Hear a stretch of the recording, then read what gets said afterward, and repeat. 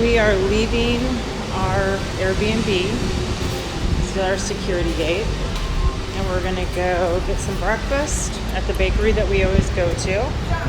And then we're going to go up to Peter and Paul Fortress where the Romanovs are buried. And this is the bakery that we always go to. It's like maybe 2-3 minutes from where we're staying.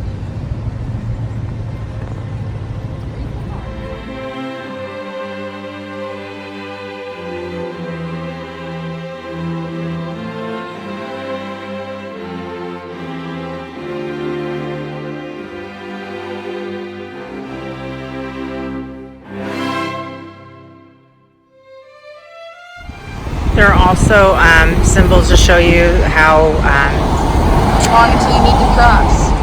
No, how long until the traffic that's going, how long it will take until it changes and the cars will stop going. Now we're getting ready to cross the Trotsky Bridge, and that bridge is named after Lenin's sidekick during the communist takeover.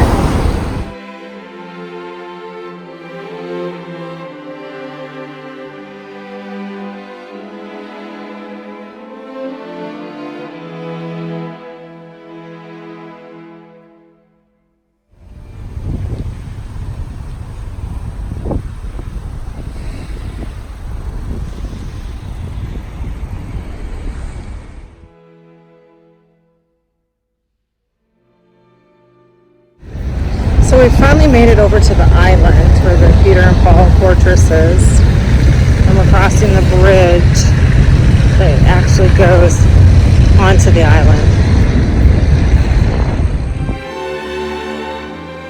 Here's the entry gate that we just came through and that we're passing through.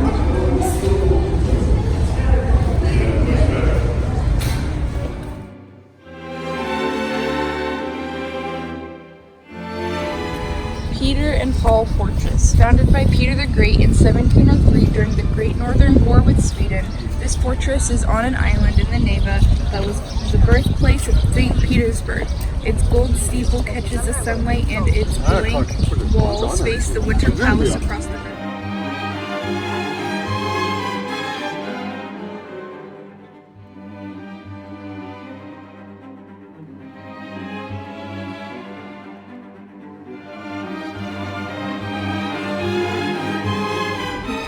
The centerpiece of the fortress is this cathedral, the first built in St. Petersburg, and until modern times it helps this church is the final resting place of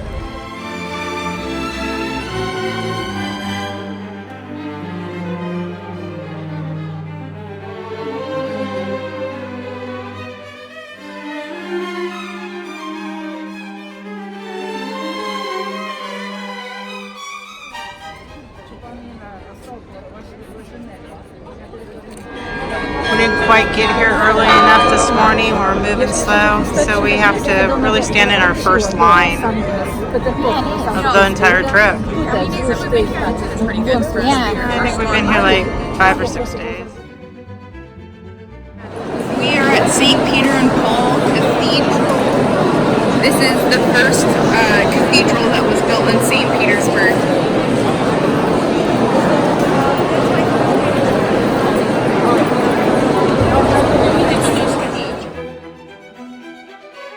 So this is the sarcophagus of Peter the Great, and then if you look at the back left corner, that is Catherine II the Great.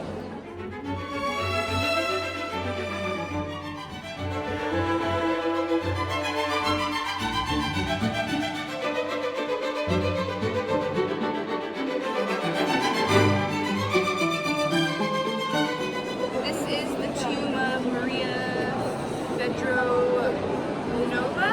How do you say that? Fedorova. I can't say that, but Mama said it right. She's a Danish princess, and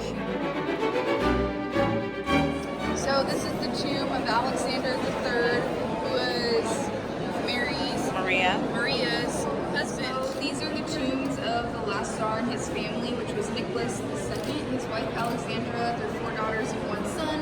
And there's also Anastasia, who a lot of people claim to be after they couldn't find her body, but she was discovered in 2006 through DNA. when you go to places like this, there's lots of tour groups and just crowds of people, and so everyone starts to push you to get in to see things, and you'll be waiting in line, and then by the time you get to the front, someone's trying to elbow you out of the way who didn't wait. Let me tell you, sometimes you gotta get your own elbow in there. And what did you do, Colette? Well, we're all going to see it eventually. We waited in line patiently. We got to the front. I had a woman who tried to cut in, and I just told her to wait in line like the rest of us did. So But you just used your elbow in I order did to tell push her. her back a little bit. Yes, I did. This is a panoramic look down stream, the Neva River between the palace embankment and the Peter and Paul Fortress. Oops. Then this one is portrait of the Emperor Peter I. This is portrait of Empress Catherine I. This is the portrait of the Empress Elizabeth Petrovna. Portrait of Alexander I from the first half of the 19th century. This is a portrait of Emperor Nicholas II from 1860. I think it's 1852 to 1855. Yeah. And this is a portrait of Emperor Alexander II from 1819 to 1888, but the portrait was taken in 1861. And this is a portrait of Grand Duke Dmitri, can't say the last name, from 1906.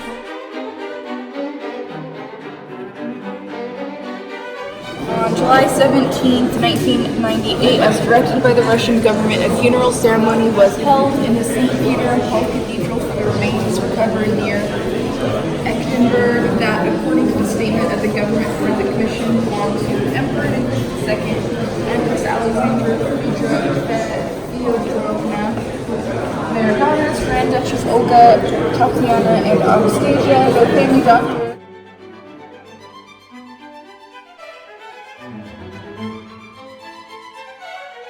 We're gonna go inside the prison because it's going to rain. You can see all those storm clouds coming, so we want to avoid getting soaked. And a cannon just went off because it's noon, and so the bell tower is going off also. These are secret police incarcerated enemies of the state here in the late 19th and early 20th centuries. This is how the jail cells originally looked. There was wallpaper on the walls. It was redecorated later with iron furniture.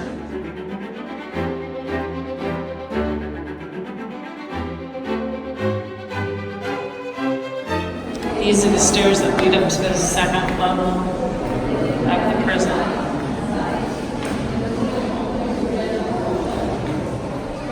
This is Leon Trotsky, 1879 to 1940. He was one of the leaders of the Russian International Social Democracy. He was imprisoned from the 4th of April to the 3rd of June 19. This is Maxim Gorky, 1868 to 1936. He was a Russian writer, public figure. He voiced a protest against the shooting of the Workers' Peace March in 1905. These are Romanovs that were killed in the prison. They were shot without a trial for murders. They accused him of murdering several Russian citizens in 1919. We are in the Commandant's house.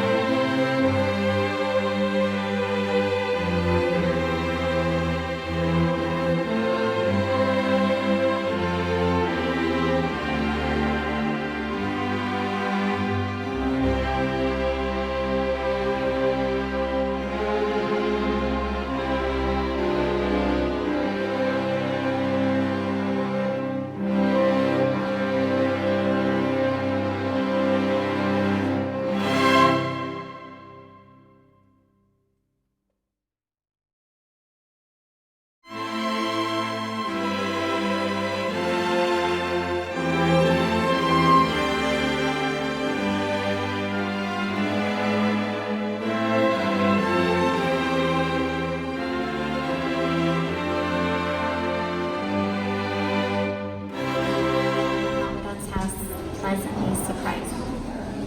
What do you like about it? I like the dollhouse and showing the intricate details of the city. They had a little 3D map.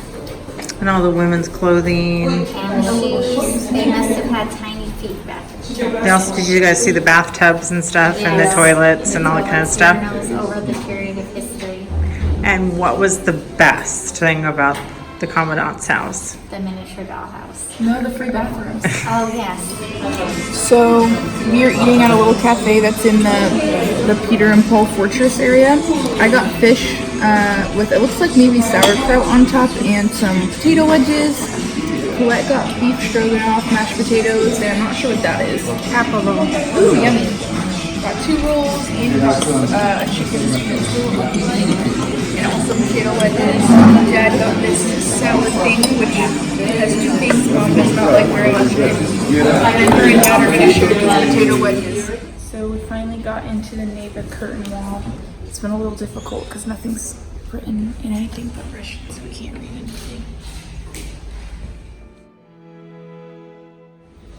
These were the decorations on the fort.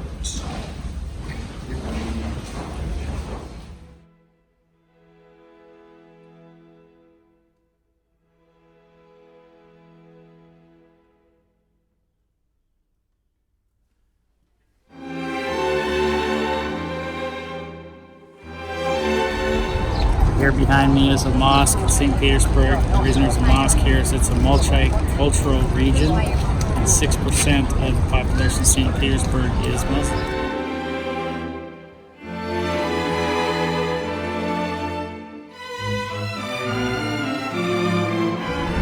It's looking like a Soviet building right there.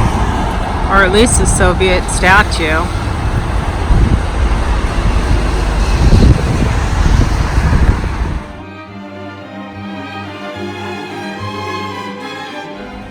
Okay, this is Peter Gray's first house. He lived in when he oversaw the building the city. It was a wood simple cabin.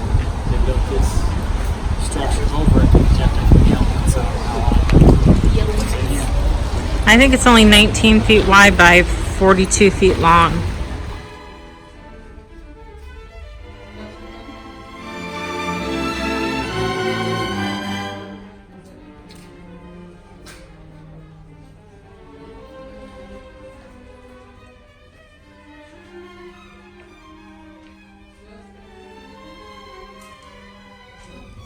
So Peter the Great was obviously pretty simple, as you can see by this little cabin he lived in, but also I think it was when we were at the Catherine's Palace. Catherine's Palace that we were told that Peter the Great really didn't prefer the big castles.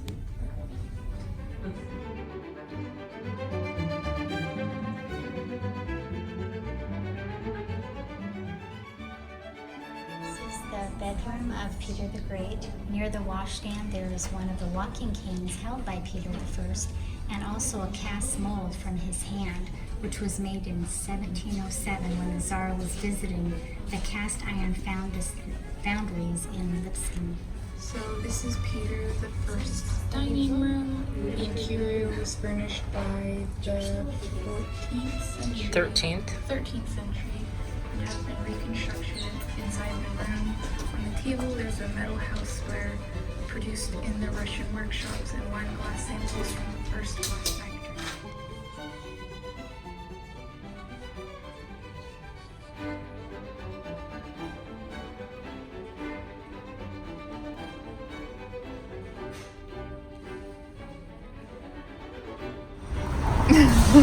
Dad. Let's give his friend some. His friend is eating them whole too.